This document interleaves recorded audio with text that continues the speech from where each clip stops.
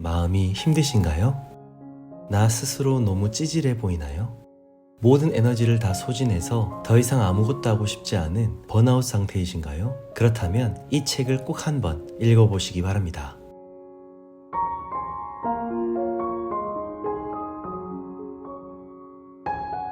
정신과 의사들은 심리장애로 우울증을 판단할 때 사회적 기능과 대인관계 기능 저하를 중요한 잣대로 삼습니다. 예를 들어 직장에 자주 지각을 한다든지 무단결근을 하고 업무에 집중하지 못하는 것들을 파악하여 지금 환자의 아픔의 정도, 상태의 심각성을 확인한다는 것이죠. 자주 동료들과 고성을 지르며 싸운다거나 누구와도 만나고 싶지 않아서 식사도 혼자는 사회적 고립감을 느끼는 것도 중요한 판단의 기준이라고 합니다. 지금 이 영상을 보시는 여러분의 상태는 어떠신가요? 번아웃 증후군이란 미국의 심리학자 하버트 프로이덴버거가 처음 사용한 용어로 탈진 증후군이라 불리기도 합니다. 이 상태는 어떤 일에 과도하게 몰두하거나 신체적, 정신적 스트레스가 누적되어 무기력증이나 불안감, 우울감, 분노, 의욕 상실 등의 증상이 생기는 것을 뜻합니다. 한마디로 조절되지 않는 스트레스로 인해 몸과 마음이 고갈된 상태인 것이죠. 번아웃이 되면 감정적, 신체적인 문제가 생깁니다. 식욕도 없을 뿐만 아니라 맛조차 잘 느끼지 못합니다. 작은 소리에도 예민해지고 두통이나 근육통을 호소합니다. 소화불량, 변비, 생리불순도 생기는데요. 하루 종일 뭘 특별히 하지 않았음에도 기운이 없습니다. 축 늘어져서 의미 없는 시간들을 허비할 때가 많습니다. 도대체 왜 번아웃이 왔을까요? 우리가 처한 환경적인 원인이 있을 것입니다. 스마트폰이 일상화된 오늘날 언제 어디서든 일을 할 수 있게 되었습니다. 좋게 말하면 세상이 편리해졌다고 할 수 있지만 이를 다르게 말하면 일을 놓지 못하고 일과 휴식의 경계가 명확하지 않다 보니 결국 번아웃에 빠지게 됩니다. 또한 우리가 사는 이 시대는 치열한 경쟁을 부추기는 사회입니다. 완벽함을 강요받고 뒤처지지 않으려고 애쓰다 보면 과도한 부담감, 강박감에 시달려서 결국 자신에 대한 통제력을 잃게 됩니다. 그토록 잘하던 일도 수행하지 못하는 무기력감에 빠지고 그토록 좋아하던 게임, 운동, 취미들이 즐겁지가 않습니다. 또 다른 원인으로는 아이러니하게도 내가 뭐든지 열심히 하고 최선을 다했기 때문입니다. 내가 왜 그렇게 열심히 살았을까요? 지나치게 자신에 대해서 엄격했기 때문은 아닐까요? 아니면 인정받고 싶어하는 마음이 너무 커서 완벽하게 해야 한다는 강박이 나를 몰아가진 않았을까요? 번아웃은 누구에게나 찾아올 수 있는데 특히 지나치게 열심히 사는 사람에게 오는 우울 증상입니다. 몸과 마음은 지치고 힘든데도 쉬지 못해서 너무 무리했기 때문에 찾아오는 병인 것이죠. 번아웃은 지금껏 인생을 열심히 살아온, 최선을 다해 살아온 증거이자 훈장입니다. 만약 지금 내가 지쳐있다면, 더 이상 아무것도 하고 싶지 않을 정도로 마음이 힘들고 어려운 상황에 놓여 있다면 이젠 정말 나 자신을 다독여주며 회복을 위해 노력해야 합니다.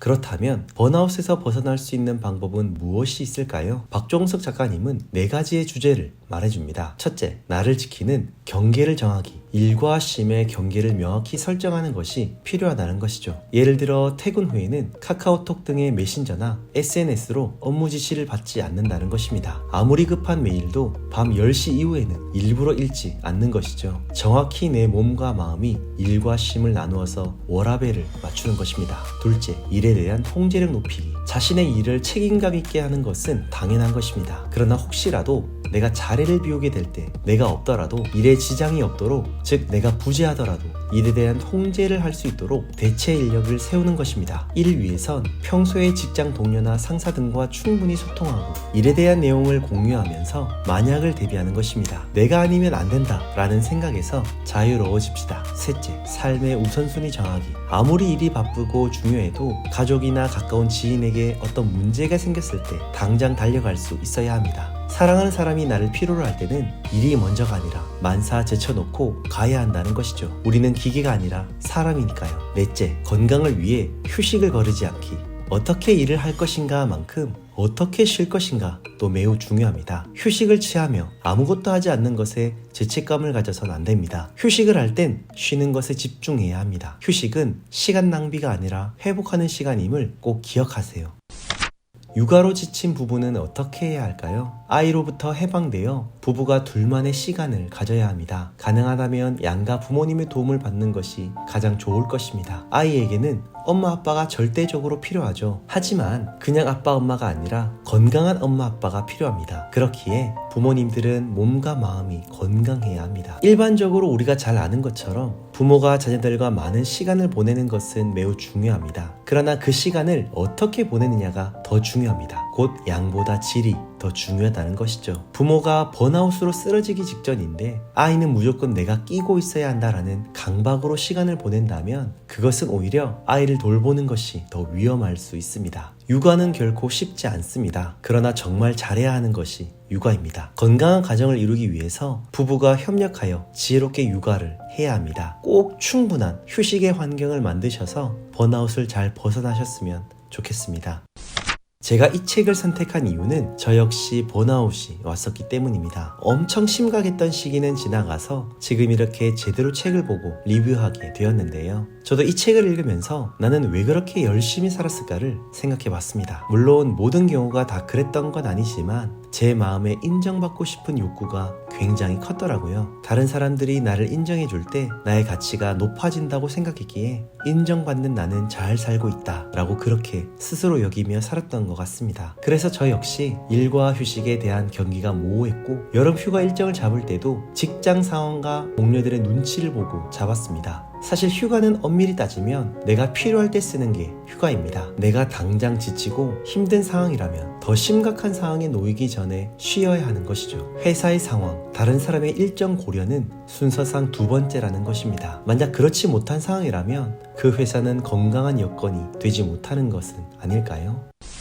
저는 이 책을 통해서 실질적인 도움을 참 많이 받았습니다. 특별히 번아웃에서 회복하고 있는 저에게 더 빠른 회복을 할 수 있는 방법을 구체적으로 소개해 주었는데요. 첫째로 번아웃이 왔을 땐 휴식을 잘 취해줘야 한다는 것입니다. 휴식도 여러 가지를 들 수 있지만 그 중에서도 숙면이 매우 중요합니다. 잠을 푹 잘 수 있어야 한다는 것이죠. 저자는 이 당연한 말만 하는 것에서 그치지 않고 잠이 잘 오지 않는다면 이렇게 해보라고 말해주었는데요. 자기 전 10분 정도 스트레칭하기, 이불과 베개 커버를 청결히 유지하고 침실을 환기시키며 잠자기에 좋은 최적의 환경을 만들라는 것입니다. 그리고 가능하다면 매일 똑같은 시간에 잠을 자고 저녁 후 야식은 피하는 식습관이 숙면에 도움이 된다고 합니다. 또한 마인드풀리스 호흡법, 5분 운동, 일상의 작은 변화 주기, 아침 식사하기 등 책의 내용대로 실천해보면서 꽤 큰 효과를 보았습니다. 이 외에도 독자들이 아프지 않길 바라는 마음에서 쓴 다양하고 유익한 내용들이 있기에 혹 번아웃으로 지친 여러분들에게 큰 도움이 되실 거라